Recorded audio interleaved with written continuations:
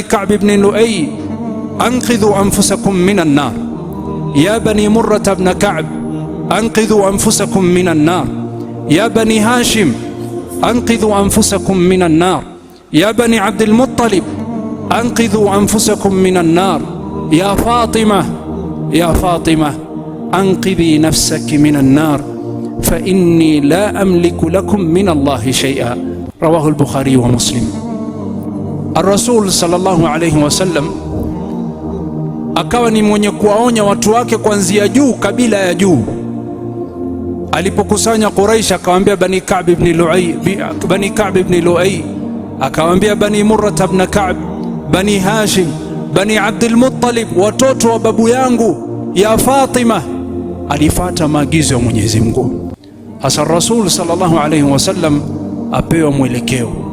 Hii da'wa umeamrishwa uwafikishie watu wote, lakini weka juhudi kwa familia yako zaidi, na jamaa zako wa karibu wavute karibu na uwalinganie zaidi, na uwaonye na adhabu yake.